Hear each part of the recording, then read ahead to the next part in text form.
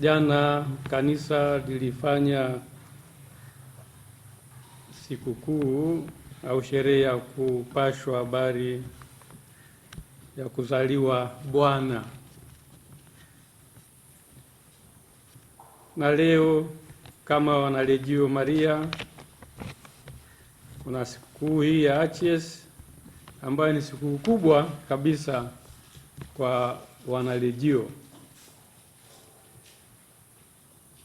Na hivyo basi nimependa kuchukua misa ile ya jana ya Bikira Maria kupashwa habari.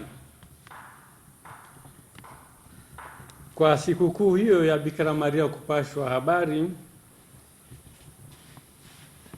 ni tukio kubwa la katika historia ya ukombozi wa mwanadamu, wakati ambapo Mungu anaingia katika historia ya mwanadamu, na kwa namna ya pekee kabisa kupitia ujumbe wa malaika Gabrieli, Bikira Maria kwa Bikira Maria, basi tunasema kwamba mbingu iligusa dunia na mambo yakabadilika. Tunaona mpango wa Mungu wa wokovu wa wanadamu kupitia wanyenyekevu wa moyo. Mwenyezi Mungu anaamua kumkomboa mwanadamu aliyeanguka dhambini kutokana na kiburi chake. Huu ni upendo wa ajabu wa Mungu kwa mwanadamu, kwetu sisi wanadamu. Mungu kwa mara nyingine au kwa mara hii anakubali kuchukua umbo letu na kufanana nasi ili awe karibu zaidi na sisi. Salamu ya malaika kwa Bikira Maria, alisema huyu malaika Gabrieli, salamu umejaa neema. Salamu hii inadhihirisha kuwa Mungu anaanza kutenda kazi ndani ya maisha ya Maria. Maria ametayarishwa, Maria amechaguliwa na Maria amependwa. Hata hivyo, Maria kiasi fulani anafadhaika, haelewi kikamilifu kinachotakwa kwake. Kwa maneno mengine, tendo hili linampa hofu kubwa sana. Anapata hofu kwa kuona mpango mkubwa kama huu utakuwaje, na yeye ni nani hata Mungu afanye hayo yote kwake. Maria kabla ya kusema ndio, alisikiliza kwa makini, alitafakari kwanza. Na hii kuna la kujifunza kutoka kwa Maria.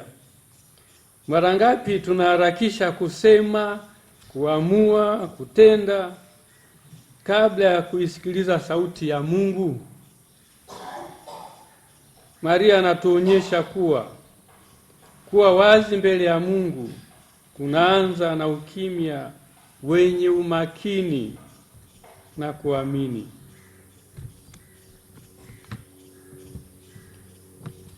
Baada ya salamu hiyo, inafuata mwaliko kwa Bikira Maria kuwa atakuwa mama wa mwana wa Mungu. Hili sio ombi dogo, litabadilisha maisha yake moja kwa moja. Kiasi fulani Maria anaanza kuwa na mashaka na hofu. Hata hivyo, Maria anauliza swali, sio kwa sababu ya kutokuamini, bali kwa sababu ya kutaka kuelewa zaidi. Na aliuliza, litakuwaje neno hili, maana simjui mume? Anapata jibu kwamba yote hayo ni kwa uwezo wa Roho Mtakatifu. Maria anakubali na anasema, tazama, mimi ni mtumishi wa Bwana, na iwe kwangu kama ulivyonena. Kwa ndio ya Maria neno alitoa mwili, Mungu anachukua ubinadamu wetu. Ukombozi unaingia duniani sio kwa njia ya mabavu, bali kwa njia ya unyenyekevu, imani na utii wa Maria. Ndiyo ya Maria inaonyesha uthubutu mkubwa, ni kujisalimisha katika mapenzi ya Mungu hata pale ambapo hali ya baadaye haijulikani.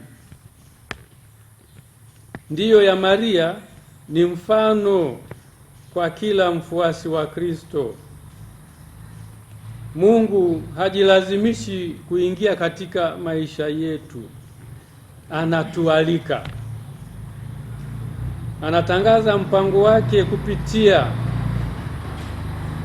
wajumbe wake.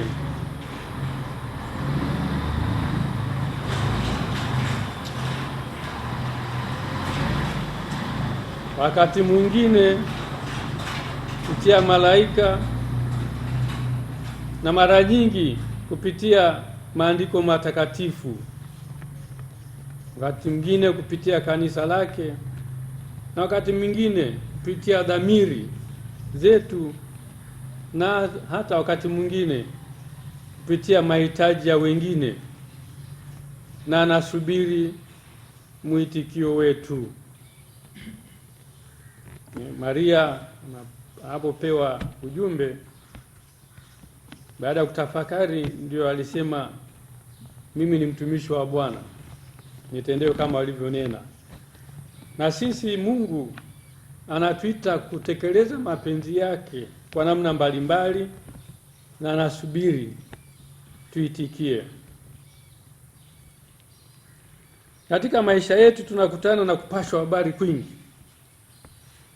yaani nyakati ambapo Mungu anatuita kwenye kitu fulani ambacho chaweza kuwa wakati mwingine ni kigumu, yaani kupita uwezo wetu. Kwa mfano, anatualika kuwasamehe wale ambao wametukosea. Mtu anaweza kukosea vibaya sana, lakini unaalikwa kusamehe. Anatualika kutumikia, anatualika kuamini, hasa kipindi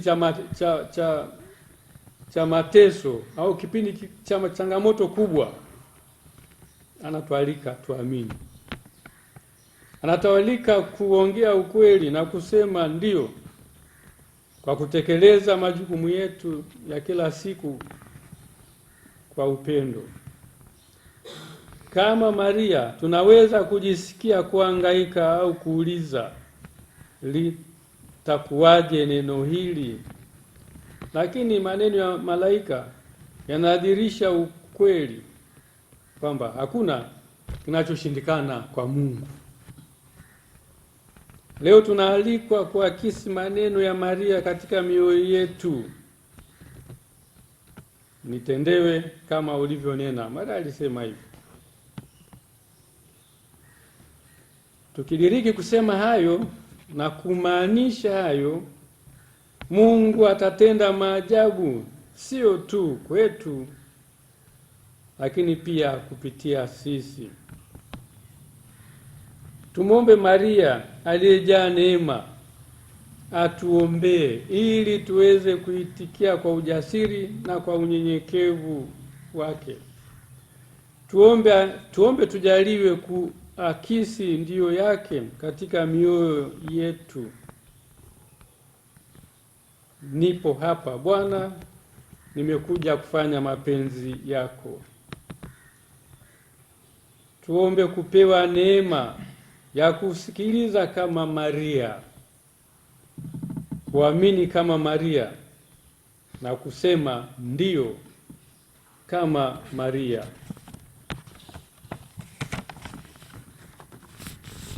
Ndugu zangu wapendwa wanarejio, leo kama nilivyosema ni sikukuu ya ACS, sikukuu kubwa ya wanarejio. Kila mwaka wanarejio huwa wanaadhimisha sikukuu hii ya ACS, na kama tunavyojua ACS ni jeshi ni jeshi la Maria Omega, jeshi la Kirumi ambalo liliratibishwa katika kwa ajili ya mapambano, kwa ajili ya vita. Sherehe hii inamaanisha wanachama wa Legio Maria wanakutana kwa pamoja kama jeshi la kiroho ili kuonyesha umoja wao na kumtegemea Bikira Maria. Lengo la sherehe hii ni kupiaisha yale majitoleo yetu kwa Bikira Maria kibinafsi na kwa pamoja, ili kuimarisha uhusiano wetu naye na kuwa na nguvu katika utume wetu.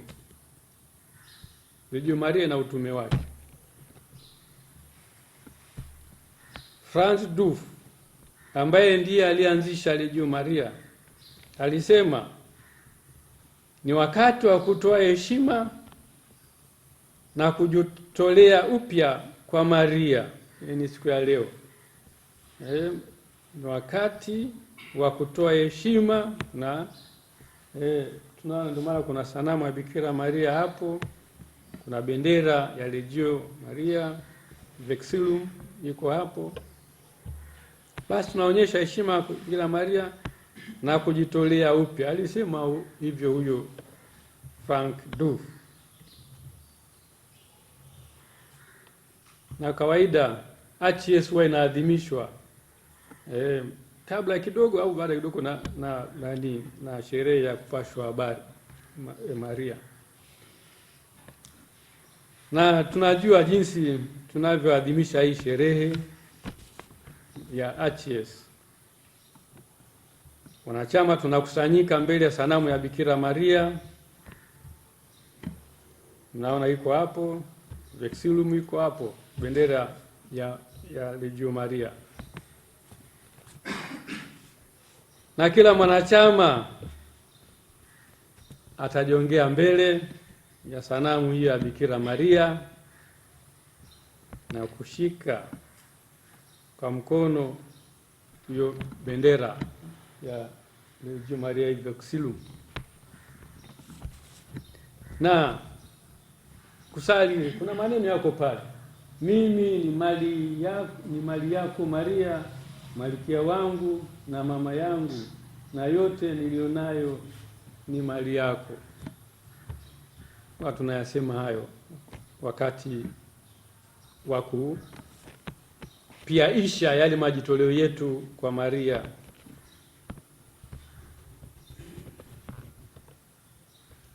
Basi tumuombe Maria atusaidie ili tunapopiaisha yale majitoleo yetu kwake kweli tuweze kuyaishi. Tuwe mali yake. Amesema mimi ni mali yako Maria, na tutambue kwamba yeye ni mama yetu. Kwa hiyo tujiweke chini ya ulinzi wake, tujiweke chini ya maombezi yake, na usiwe na wasiwasi. Ukijiweka chini ya maombezi ya mama Maria, atafanya maajabu sana kwako katika maisha yako. Atafanya maajabu, atakuombea, na Mungu anafanya hata miujiza katika maisha yako. Wakati tunasoma Kipalapala huko, kuna kuria ya vijana. Kuria ya vijana ilikuwa jumuisha shule za msingi na sekondari zilizopo katika mji wa Tabora. Na zamani hizo sio kama sasa hivi. Wale ambao wanatoka Tabora Waona siku hizi kuna lami kutoka mjini kwenda mpaka kule Kipalapala, si naenda mpaka wapi Mpanda kule. Enzi zetu ilikuwa ni mawe tu kokoto tu. Sasa kwa hiyo sio kama siku hizi. Kwa hiyo tulikuwa tunatoka kule, na enzi hizo hapakuwepo mambo ya usafiri kwamba unaona basi naenda hamna. Kwa hiyo ilikuwa tunafanya nini? Tulikuwa na seminari, kulikuwa na baisikeli. Basi tunachukua baisikeli, unanyonga baisikeli yako kutoka kwa seminarini kilomita 8 kwenda mjini kule kwa ajili ya Legio Maria, kwenda kukutana na wanalegio kwenye shule fulani au si kwenye chuo na kadhalika. Na huko nyuma kabla yetu kwenye seminari ya Itaga ilitokea shida fulani hivi vyama vya kitume, na Askofu Mihayo alifuta vyama vile vyote vya kitume kwenye seminari ile ya seminari ndogo ya Itaga, alifuta. Kulikuwa nadhani si sherehe, si ilitokea matatizo gani, kwa hiyo ikawa vimeondolewa. Hakuna mambo ya vyama vya kitume hivyo, si Legio hiyo, si Moyo Mtakatifu Yesu hiyo nini ali nani. Na baadaye nafasi yake ilikuja kuchukuliwa na Mgurunde. Sasa ilifika mahali, sababu sisi tulikuwa viongozi wa kuria, sema ngoja tuende wale nadhani ninyi wa siku hizi, kwa hiyo hata Mgurunde na wengine labda hawajakusikia. Mgurunde alikuwa anatisha, Askofu Mgurunde alikuwa anatisha. Alikuwa anatisha sana huyu. Ninyi kumkuta. Alikuwa anatisha. Hata wakati fulani alienda seminarini Kipalapala kule, kwa seminari anaanza kulalamika, hatuna hatuli nyama si na nini. Aliwaambia kwamba hatufugi simba hapa. Aliwaambia hivyo, hatufugi simba hapa. Ilikuwa ni jitu la kutisha kwa kweli. Kwa hiyo sasa seminarini kule Itaga, nasema kuwepo na mimi nikiwa katibu HS, na kulikuwa na Fratere mwenzangu ambaye sasa hivi ni padre wa Singida, Vincent Alute. Nasema ngoja tukaonane uso kwa uso na huyu simba anayetisha, ili kusudi aruhusu tufungue upya shughuli za Legio kule seminari ya Itaga. Kwa hiyo tukaomba ruhusa seminarini, tukaenda. Tulisali kwanza kumwomba Mama Maria kwa kweli. Manake ni mtu ambaye wa kutisha. Basi tulienda tukajitambulisha kwake, na cha ajabu wala hakuonyesha kwamba si na nini. Alisema tu sawa na ruhusu mwende huko. Kwa hiyo baada ya kupata kibali tunaenda huko, tukaenda huko. Kwa hiyo unatoka Kipalapala mpaka Itaga seminari, unanyonga baisikeli, sio kwenye lami, ni kwenye mchanga na mawe na kadhalika, umbali mkubwa. Kwanza kutoka Kipalapala yenyewe mpaka mjini kilomita 8. Sasa utoke mjini kule uende mpaka Itaga kule, si kilomita ngapi tena? Lakini tulifanya hivyo. Na wakati mwingine kuna Jumapili, wakati mwingine tuna mizunguko huko, mvua na nini, kana namwambia mwenzangu huyu Padre Alute, anambia kwamba sisi tunazunguka wenzetu wako wanasoma huko, sisi tunazunguka na mambo ya Maria na nini. Basi tukapeana moyo, akasema bwana, tutasoma mbinguni, sisi songe na shughuli za bila Maria, tutasonga mbinguni. Tutasoma huko mbinguni. Hivyo kwanza tunapeana moyo. Na kwa kweli tuliweka matumaini yetu kwa Maria. Kwa kweli tuliweka matumaini yetu kwa Maria, tukimwomba atusaidie, kwamba muda mwingi tupo katika pilika za Legio Maria wakati wenzetu wanasoma, lakini tuseme kwamba hapana, tumuombe Maria, tukamtegemea Mama Maria. Na mwishoni wale wa mwaka hivi mitihani ya baccalaureate mnafanya mwaka 3 au mwaka 4? Siku hizi mwaka 3 wanne. Okay. Hata sisi wakati ule kwa mwaka 4. Kwa hiyo mitihani kama mnavyojua, maswali yako mengi, maswali 30, alafu hujui swali gani linakuja. Sasa mimi nimwambia Bikira Maria, kwa kweli sisi tumekuwa tunahangaika, tunakuhangaikia wewe. Hatupati hata muda wa kusoma, tunakuhangaikia wewe, tunazunguka huko kwa ajili ya Legio Maria. Alafu na maswali kwa kweli yako mengi, maswali 30 na kila swali nadhani kama kurasa 7 huko na kuendelea. Sasa na kwanza ujiswali linakuja lipi? Lakini ni wazi mtu mshaamua kwamba utafanya somo gani kabla kuingia kwenye mtihani ule written. Mshajua kwamba ni mtu unafanya. Kwa hiyo katika hali ya namna hiyo, kwa kweli mimi ni muomba Maria, nikamwambia mambo ni mengi haya. Sasa takuwaje maswali yote haya hujui lipi na nini? Mimi kwa kweli nisali nikamuomba Maria. Sasa siku ya kuamkia mtihani, siku ya kuamkia mtihani, yaani mtihani, mfano kama mtihani ni leo usiku, usiku nikaota ndoto kwamba naenda darasani kufanya mtihani, nimebeba rula na kwenye ile rula pameandikwa namba 8. Ile rula imeandikwa namba 8. Basi baada ya misa nikasema kwamba nisipuuze hii namba 8. Na mtihani wa written tayari mshajua kwamba unafanya labda scripture, unafanya dogma ama unafanya moral. Mtu mshapanga. Mshapanga written ni somo gani ambalo unafanya. Basi kwa hiyo msema nitafanya scripture. Kwa hiyo baada ya misa na breakfast kuna kamuda kabla ya kuingia kwenye chumba cha mtihani. Nasema ile namba 8, ile swali namba 8, hebu ngoja nikalipitie vizuri ili niweke vizuri akilini mwangu namba 8. Nasema ile namba 8 isipuuzie. Tuliingia kwenye cha mtihani, kwenye chumba cha mtihani, na kawaida mwalimu anayesimamia mtihani na yale maboksi, mnajua maboksi matatu, maswali 10 ya moral, maswali 10 ya dogma, maswali 10 ya scripture hapo. Kwa hiyo mwalimu yeye mwenyewe anaweza kachukua moja hapa, kachukua moja nyingine pale, anaweka hapo, basi na yanaandikwa ubaoni, swali moral swali fulani, dogma swali fulani, scripture swali fulani. Sasa lakini huyo mwalimu hakufanya hivyo. Akasema, jamani, mmoja wenu, tuseme ninyi hapo ndio mnafanya mtihani, anasema mmoja aje hapa, kuna aje achague swali hapa. Hakuna alienda. Maana kuogopa si lawama au kitu gani watu kazi. Alienda.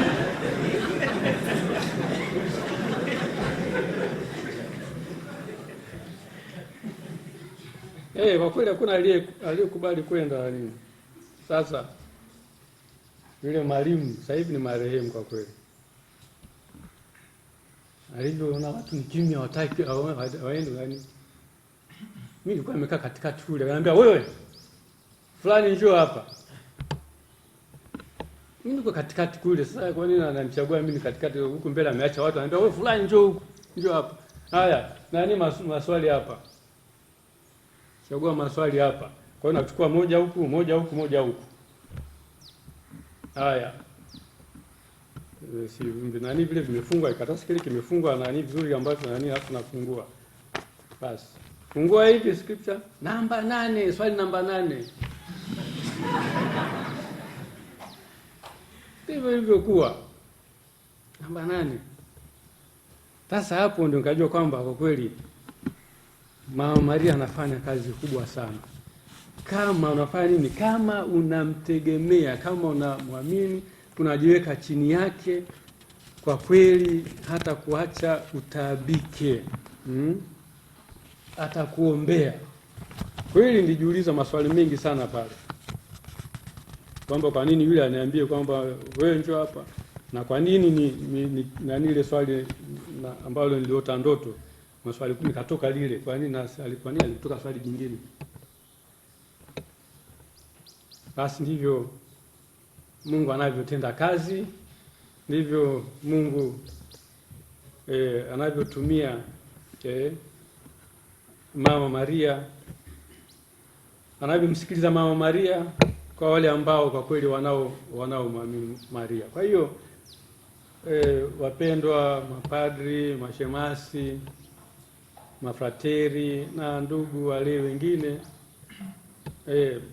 sherehe kama hii kwa kweli pia ishi yale majitoleo yetu kwa Bikira Maria. Yaani jitoe kabisa kwake, jiweke chini ya ulinzi wake, chini ya maombezi yake. Hata kuacha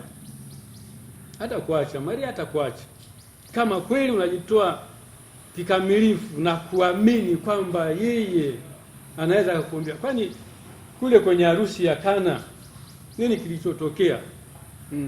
Muujiza wa kwanza kufanywa na Kristo umefanyika baada ya maombezi ya Mama Maria. Mama Maria alimwendea na kumwambia kwamba watu wanaaibika, hakuna divai. Kristo akafanya muujiza wa kwanza kupitia huyu mama. Sasa jamani, tusipoteze fursa hiyo ya kutendewa miujiza katika maisha yetu. Tumtumainie na kumwomba huyu mama, atafanya ajabu katika maisha yetu. Atatuombea na Mwenyezi Mungu kwa kweli atafanya makuu katika maisha yetu. Tumtegemee kabisa na kumwomba bila kuwa na wasiwasi. Na kwa kweli mengi mema na miujiza mingi itatendeka kupitia kwake. Tumsifu Yesu Kristo.